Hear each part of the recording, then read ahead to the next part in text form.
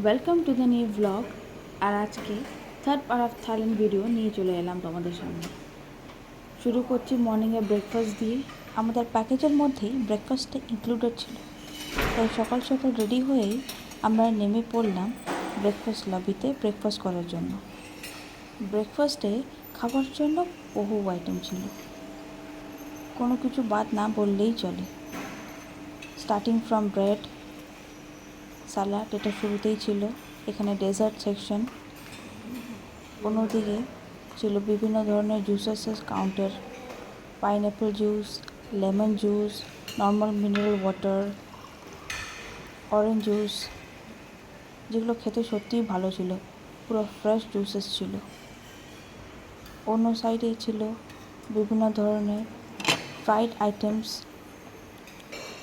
থাই cuisine ছিল, vegetable saute ছিল, আরও অনেক ধরনের ননভেজ আইটেমস আর অন্য কাউন্টারে অ্যাভেলেবেল ছিল। ছিল অনেক ধরনের থাই কিউজিনস, আরও ছিল বিভিন্ন ধরনের গরম গরম স্যুপ। এইসব ব্রেকফাস্ট খেয়েই আমরা বেরিয়ে পড়লাম ঘোরার উদ্দেশ্যে। সকাল 9টাই ছিল আমাদের টাইম। ডট সকাল 9টায় ব্রেকফাস্ট হয়ে যাওয়ার পর আমরা বসেছিলাম আমাদের হোটেলের লবিতে, যেখানে আমাদের ড্রাইভার আমাদের রিসিভ করলো। রাস্তায় যেতে যেতে এই সুন্দর ভিডিওটা তুলে ধরলাম তোমাদের জন্য। খুবই সুন্দর লাগছিল চারিদিকে দেখতে। আর সেদিন ওয়েদারটা একটু হালকা ক্লাউডি ছিল, সাথে পড়ছিল হালকা হালকা টিপ টিপ করে বৃষ্টি। ওই লোকেশনে পৌঁছাতে না পৌঁছাতেই ওখানেও হালকা করে ব্রেকফাস্টের ব্যবস্থা করা ছিল। আমাদের যেহেতু ব্রেকফাস্ট করা ছিল এই হোটেলে, তাই আলাদা করে আর ব্রেকফাস্ট করলাম না, হালকা একটু কফি খেয়ে নিলাম। ওখানে পৌঁছাতে না পৌঁছাতেই আরও আমাদের মতন আরও বিভিন্ন জায়গা থেকে আরও লোকজন দাঁড়িয়েছিল ঘোরার উদ্দেশ্যে। ওখানে অনেক রকমের এরকম স্পিড বোট ছিল। প্রত্যেকটা স্পিড বোটের জন্য একটা ট্যুর গাইড ছিল, যে আমাদের জায়গায় জায়গায় নিয়ে যাচ্ছিল এবং প্রত্যেকটা জায়গার ডেসক্রিপশন আমাদের ভালো মতন বলে দিচ্ছিল। প্রত্যেকজনের হাতে একটা কমন ব্যান্ড পরিয়ে দেওয়া হয়েছিল, যাতে ঘুরতে গিয়ে ইজিলি শর্ট আউট করা যায় যে কে কোন বোটের মেম্বার। আমরা জায়গায় পৌঁছাতে না পৌঁছাতেই খুব হালকা ঝিরিঝিরি বৃষ্টি, আর ওই জায়গাটাতে পৌঁছাতে না পৌঁছাতেই এত সুন্দর হাওয়া, আর এই দৃশ্য দেখে সবাই স্তম্ভিত। এই যে ব্যাকগ্রাউন্ডে যার আওয়াজ শুনতে পাচ্ছেন, তিনি ছিলেন আমাদের ট্যুর গাইড।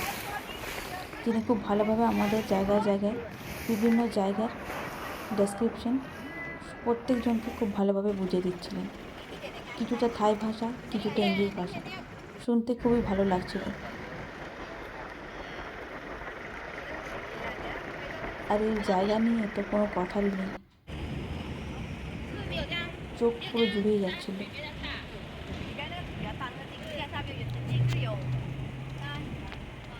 আমি আইল্যান্ডে পৌঁছাতে না পৌঁছাতেই রিলসে পোজ দেওয়া শুরু করে দিয়েছিলাম। খুবই ভালো লাগছিল এই জায়গাটা। প্রত্যেকটা ভিডিওতে এরকম দারুণ মিউজিক পাচ্ছিল, যেগুলো শুনতে খুবই ভালো লাগছিল। আর ওই লোকেশনে অনেকেই পোজ, কেউ চান করতেও শুরু করে দিয়েছিল। জায়গাটা খুবই সুন্দর ছিল, এত সুন্দর ম্যানগ্রোভ ট্রিজের মতন, দারুণ। আর জলটা সেই পরিষ্কার ছিল, নিচের বালি পাথর সবই পরিষ্কার দেখা যাচ্ছিল।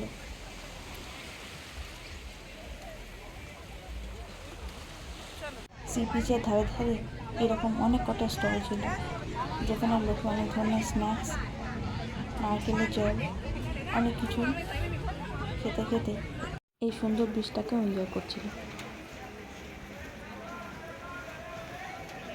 এখান থেকে বেরিয়ে যাওয়ার পর আর একটা দ্বীপে গেলাম, সেখানে এরকম ব্রিজ দিয়ে এগিয়ে যেতে হবে। সেখানেও আরও একটা দৃশ্য, খুবই সুন্দর, খুবই সুন্দর ভিউ। পিকচারগুলো তো অসাধারণ আসছিল।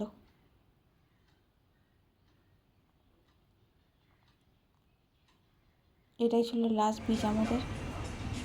আসার সময় এই বিভিন্ন রকমের মাছ দেখতে পেলাম ওখানকার।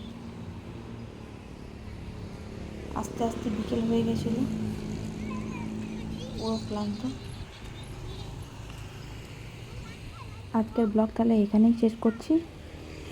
আবারও আসবো নতুন একটা ব্লগ নিয়ে। Till then, bye by.